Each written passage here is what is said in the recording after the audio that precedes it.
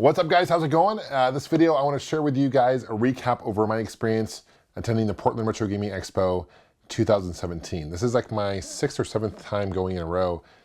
Always have a great time. This is one of the better conventions there is in the country. Organizers are super cool, very well organized. This is a recap over the vendor hall, as well as they have a really cool gaming museum, which is awesome. So let me know what you guys think. Please leave a comment below. Thanks for watching, and let's take a closer look. First thing I want to show you is the video game museum. This is a really unique area because a lot of video game shows don't really have a museum area, and they do at Portland Retro Gaming Expo. Really cool corner with all these kiosks. I love that Super Nintendo kiosk. I really want that really bad.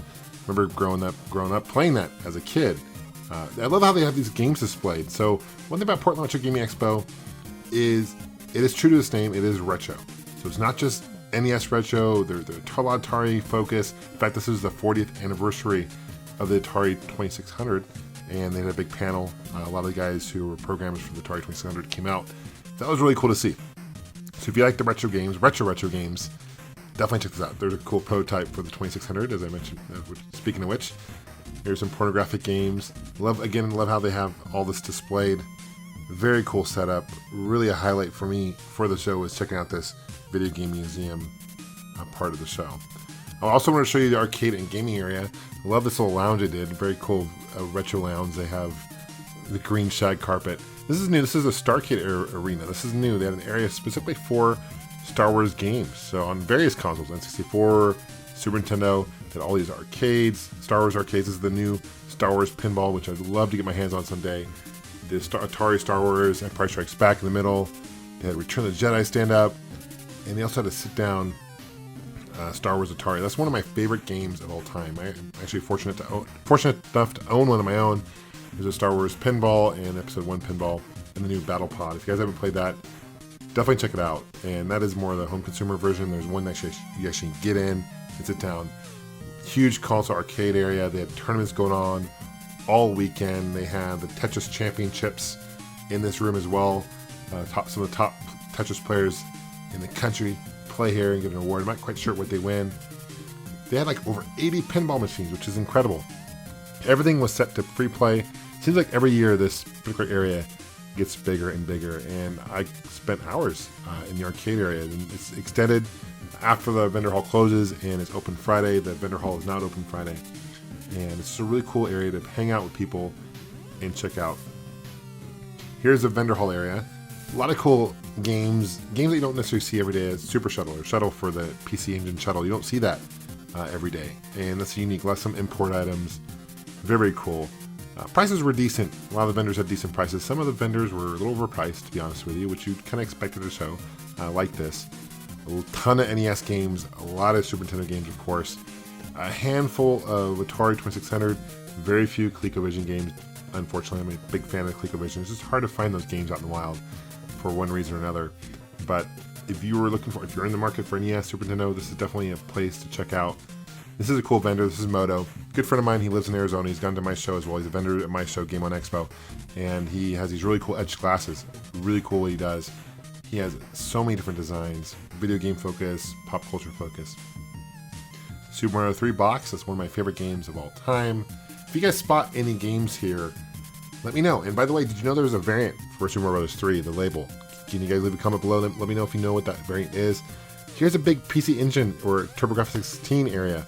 Love it. Again, you don't see these very often. I love that this vendor had PC Engine TurboGrafx 16 games. I think that system is completely underrated.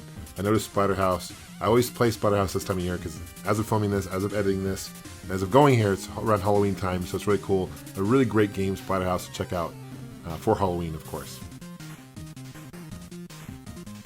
This is cool. This is the Atari Age area. I love this. Is one of my favorite sections. They've been vendors here for a while. You have a lot of their homebrew games, new games for the Atari 2600, new games for the Atari Jaguar. They have it on these CRTs that are really high quality. I think these are Commodore 64 monitors, and it's really the way to go. Honestly, they have the setup right. I can't imagine the logistics moving these things, but it's really set up really good. A lot of fun games. It's amazing. The homebrew community is so close, and AtariAge.com is a great community. If you check it out, I highly encourage you to check it out if you haven't done so already. A lot of great new games. And they were selling these here, which is awesome. So if you're looking for new games for retro consoles, this is certainly a show to check out. This is kind of an interesting area. That's a new Flashback HD coming out. I believe it's coming out November of this year, and that's all in HD. A new Flashback. They have a ton of Flashback by games, but they have that in display. That event, a rep there talking about it. Here's an artist that I don't recall his name, but he's an artist that did a lot of classic NES art. Really cool Mega Man, the original Mega Man artwork, all that. This is Retro USB. They were next door to Atari Age. AVS did a review on that console a while ago. And again, homebrew games for NES systems. This is definitely, it's retrousb.com. Really great site, high quality games. They were participating in the Nintendo World Championship. They had a really cool exclusive cart there that you could win by doing that. Just overall, a ton of vendors. They had 60,000 square feet of vendor hall space. I'm not quite sure how that compares to years past. It felt a little bit more compact this year than years past, which is fine. And it was just a lot of great vendors, and all of them really cool.